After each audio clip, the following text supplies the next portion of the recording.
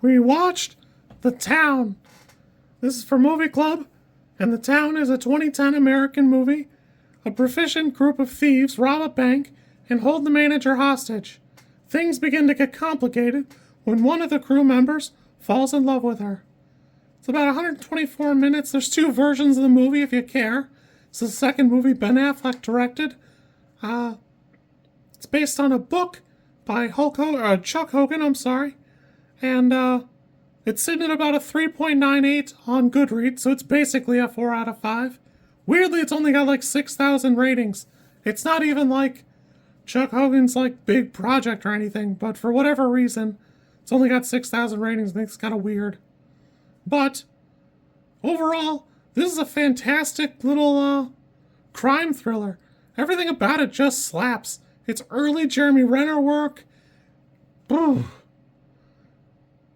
I really just don't get tired of it. I've probably seen it before, but for whatever reason just couldn't like remember it or something. Rebecca Hall's fantastic.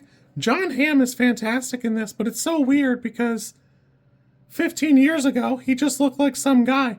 Now he looks like Jon Hamm, and before, I don't know. I'm not sure who I thought he was before. He's like a Charmeleon, getting ready to become a Charizard. I don't know what it is. It's probably just me. There's something wrong with me mentally, and I just, whatever. Honestly, everything about this just works. Again, there's two versions of the movie.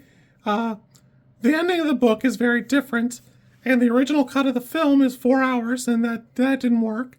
So, both versions are cut pretty drastically from that. I don't know if it's the director's cut. It's called the alternate cut or an extended cut, and it features an ending more similar to how the book ends. It's probably worth a look.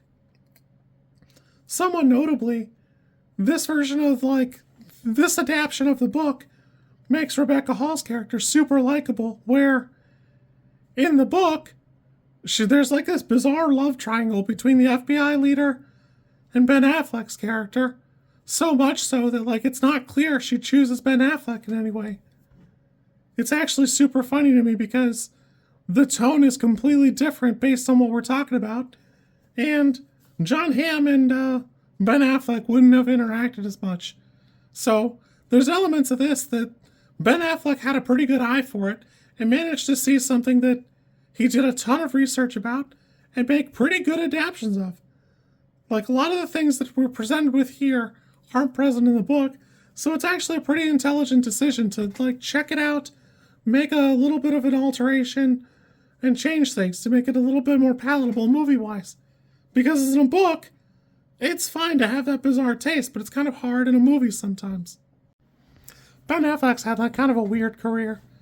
Everything about it is he's had a ton of great success, but it's so bizarre to look back and see the projects that didn't quite pan out or whatever. The franchises never really took off because really he was Daredevil for, a long time there in the public eye. And for whatever reason, that just never became a franchise way before a lot of the Marvel stuff we have now. So it's interesting to kind of look back. He had Batman for a little bit and, that didn't work out. It's very interesting to look back at. Overall, I think this movie's fantastic. Again, I'm 90% sure I've seen it before, and I just didn't exactly remember it, so revisiting it was great. I'm actually I think next time I get a chance, I'm gonna watch the extended edition or whatever it is, and check that out, because I'm sure it's fantastic. It's gotten pretty great reviews, and I don't know.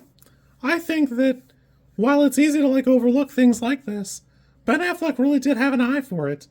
There's a bunch of reports where he and the other cast members and people involved went to Charlestown to get used to the community, to learn about it, to do a better job impersonating them.